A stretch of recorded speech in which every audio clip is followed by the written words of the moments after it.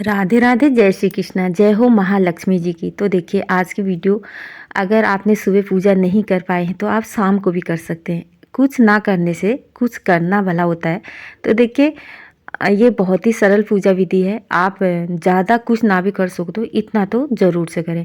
तो आपको दहलीज की पूजा कर लें, शाम को भी कर सकते हैं आप। अगर आपने सुबह नहीं की है तो आप शाम को दहलीज की पूजा, उसमें 2 दिए जलाएं, दीप धूप पुष्प चढ़ाएं, अच्छा रोली चंदन चढ़ाएं और वहाँ लक्ष्मी माता के चरण बनाएं। चरण बनाते हुए आपको मंदिर में आना है, जहाँ पे भी चौकी लगाएंगे, जहाँ पे भी आप पूजा करें वहाँ पे आना है। वहाँ पे भी स्वास्तिक बनाए, माता रानी के चरण बनाए। फिर आप एक प्लेट में चावल ले लें, उसमें अष्टदल कमल बना दें और देखिए एक कलश ले लें। कलश में आप गंगा जल डालें, उसमें सामग्री डालें जैसे कि अक्षत, रोली, चंदन, हल्दी और सुपारी, लौंग, इलायची। आप कौड़ी भी डाल सकते हैं, एक पुष्प डाल दें उसमें। उसमें कंठ में कलावा बांध लें और स्वास्तिक बना दें, पंचपौलो लगा दें और ऐसे आप उसमें नारियल रख दें। देखिए नारियल का मुख ऊपर की तरफ होना चाहिए और जो चौंच जैसे होती है वो नीचे को करें। तो ये महालक्ष्मी का स्वरूप मान के आपने कलश की स्थापना कर ली है। अगर आप फोटो की पूजा नहीं करते हैं तो आप कलश की भी पूजा कर सकते हैं। अगर आप फोटो की पूजा करते हैं तब भी कलश की स्थापना आपको करनी ही होगी। तो कलश प्रधान होता है लक्ष्मी माता की पूजा में। तो हमने यहाँ पे सुपारी में कलावा लपेट कर हमने गणेश जी की स्थापना कर दी है। हमने दीपक भी प्रज्वलित कर दिया है। चावल का आसन देते हुए हमने बड़ा दीपक प्रज्वलित किया है। आप कम से कम दीपक या तो अखंड ज्योत भी जला सकते हैं आप, नहीं तो सुबह से शाम तक। अगर आप शाम को पूजा करें तो शाम से सुबह तक जलना चाहिए। तो देखिए यहाँ पे सबसे पहले आपको गणेश जी की पूजा करनी है। अच्छा रोली चंदन चढ़ाएं, माता रानी को लगाएं अच्छा रोली चंदन। और वहाँ पे स्वास्ति भी बना सकते हैं आप नारियल में। नारियल पानी वाला होना चाहिए और पुष्प चढ़ा दें। अगर कमल का, गुलाब का पुष्प है, गुड़हल का है, उसको ज़रूर से चढ़ाएं, नहीं तो गेंदे के भी चढ़ा सकते हैं आप यहाँ पे।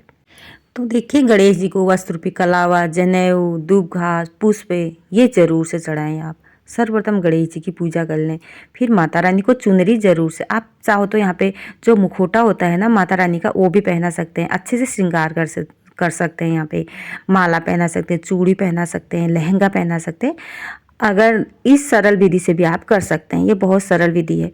तो देखिए इसके बाद आपको इत्र भी ज़रूर से समर्पित करना है। भोग प्रसादी में आप बतासे का भोग लगा सकते हैं, किशमिश भी डाल दें उसमें, थोड़ा 1 लोटा जल समर्पित कर दें। फलों में आप यहाँ पे केले का भी भोग लगा सकते हैं। तो देखिए हमने स्थापना कर ली है और इसके बाद आपको आरती बहुत ज़रूरी करनी होती है। आरती सर्वप्रथम गणेश जी की करें, फिर महालक्ष्मी जी की करें। तो देखिए आरती आपको एक देसी घी का दिया प्रज्वलित करना होगा, धूप प्रज्वलित करनी होगी और कपूर में 2 लौंग डाल के आप सुबह भी शाम भी महालक्ष्मी जी की आरती ज़रूर से करें। इतना तो ज़रूर से करें। अगर आप ज़्यादा करना चाहते हो यहाँ पे कथा भी सुन लें। आप फ़ोन में भी सुन सकते हैं। अगर आपके पास बुक नहीं है तो, नहीं तो बुक में आप पढ़ सकते हैं। महालक्ष्मी का मंत्र का जाप कर सकते हैं कमल गट्टी की माला से। और आप खीर बनाएं उस दिन अपने घर में। आप शाम को भी खीर बना सकते हैं, आप सुबह भी बना सकते हैं और खीर से हवन कर सकते हैं। तो देखिए यहाँ पे मैंने खीर बना ली है माता रानी के लिए और मैं माता को भोग लगा दूंगी। थोड़ी देर माता के सामने चौकी में आप खीर को रखें। तब तक आप जो गाय का उबला होता है ना कंडा, उसको गैस में सुरका लें और हवन करने के लिए। तो यहाँ पे मैं हवन करूँगी।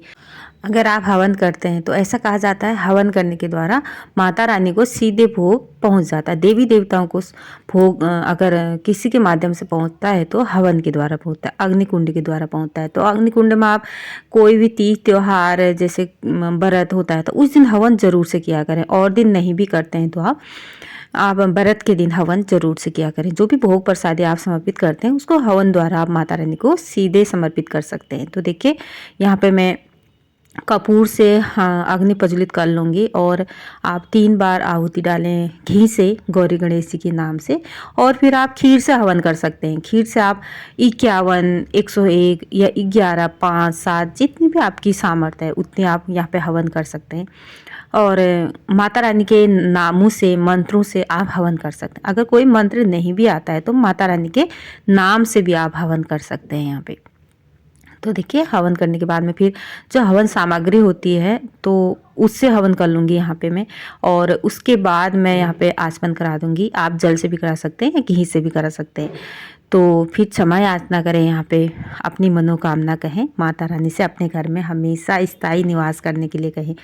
तो राधे राधे दोस्तों, यही थी छोटी सी वीडियो पसंद आती है तो लाइक करना, शेयर करना, कमेंट करना और मेरे चैनल को सब्सक्राइब करना। तो ये बहुत ही सरल पूजा विधि है अगहन मार्गशीर्ष के गुरुवार की माता महालक्ष्मी जी की। तो ये पूजा को अगर आपने सुबह नहीं कर पाया है किसी भी कारणवश, या आपको टाइम नहीं है, नहीं कर पाए, तो आप ये पूजा को शाम को भी करें। तो शाम को भी कर सकते हैं आप, खीर शाम को बना लें, हवन भी शाम को कर लें, चरण पूजा, महालक्ष्मी जी की पूजा शाम को कर लें, कथा कर लें, आरती कर लें।